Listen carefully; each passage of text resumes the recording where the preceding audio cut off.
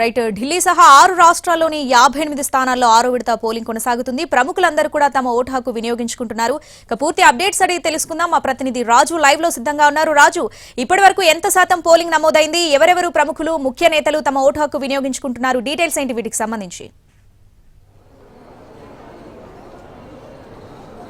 శ్రావణి, 6వ విడత ఎన్నికల్లో భాగంగా ఈరోజు దేశ రాజధానిలో కూడా ఎన్నికలు జరుగుతున్నాయి. మొత్తం 7 పార్లమెంటు స్థానాలకు ఇక్కడ ఎన్నికలు జరుగుతున్నాయి. అయితే ముఖ్యంగా చెప్పాలంటే ఉత్తరాదిని పెద్ద ఎత్తున ఎండ తీవ్రత అనేది కనిపిస్తుంది. ఇప్పటికే అంటే సరిగ్గా 10 గంటలకు కూడా 40 డిగ్రీలకు చేరుకుంటున్నటువంటి పరిస్థితి కనిపిస్తుంది. దాంతో ఓటర్లు అసలు పోలింగ్ బూత్లకు రారు అని చెప్పి కూడా భయపడ్డటువంటి పరిస్థితి కనిపించింది. కానీ పెద్ద ఎత్తున ఏ విధంగానైతే ఏర్పాట్లు చేశారో ఆ ఏర్పాట్లకు అనుగుణంగా షామియాలు ఇవన్నీ కూడా ఏర్పాటు చేశారు.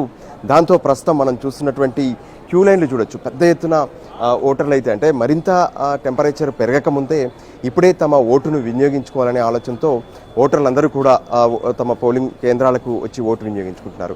ఇప్పటికే ఏ విధంగానైతే ప్రస్తుతం ఈరోజు జరుగుతున్నటువంటి 8 రాష్ట్రాల్లో ముఖ్యంగా ఢిల్లీలో ఏదైతే అటు దేశంలో ఉన్నటువంటి ముఖ్యులు కూడా ఇక్కడ ఓటర్లుగా ఉన్నారు. అందులో భాగంగా రాష్ట్రపతి ద్రౌపది ముర్ము సైతం తొలిసారి ఢిల్లీలో ఓటు వేశారని చెప్పుకోవచ్చు. గతంలో తన ఓటు ఒడిశాలో ఉండేది, ఈ మధ్య ఇక్కడికి మార్చుకున్నారు.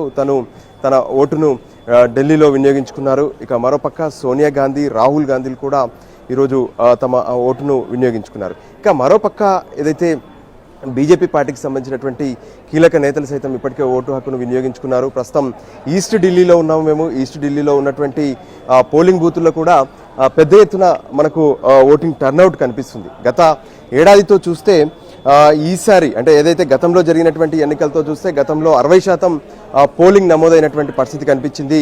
సో ఈసారి అయితే దానికంటే ఎక్కువగా నమోదు కావాలని చెప్పి ప్రయత్నాలు చేస్తున్నారు. కానీ కొంత ఎండ తీవ్రత అనేది మాత్రం ఖచ్చితంగా అది ఇబ్బందికి గురి చేసే అవకాశం అయితే స్పష్టంగా కనిపిస్తుంది.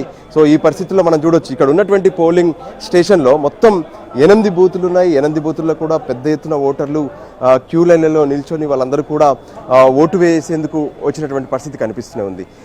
ఓవరాల్గా కూడా ఏదైతే దేశవ్యాప్తంగా ప్రస్తుతం జరుగుతున్నటువంటి పోలింగ్ ప్రభావం మాత్రం కొంత ఉత్తరాదిన ఈ ఎండ తీవ్రత వల్ల మరి ఎలా ఉంటుందనేది మాత్రం కొంత టెన్షన్ అయితే కనిపిస్తుంది. కానీ పోలింగ్ బూత్లో ఏర్పాటు చేసినటువంటి ప్రత్యేక వసతులు అయితే ఖచ్చితంగా అందరినీ ఆకర్షిస్తున్నాయి. అందుకోసమే ఓటర్లు అయితే ఉదయాన్నే త్వరగా తమ ఓటు హక్కును వినియోగించుకునేందుకు అన్ని పోలింగ్ బూత్లకు కూడా పెద్ద ఎత్తున చేరుకుంటున్నటువంటి పరిస్థితి కనిపిస్తుంది.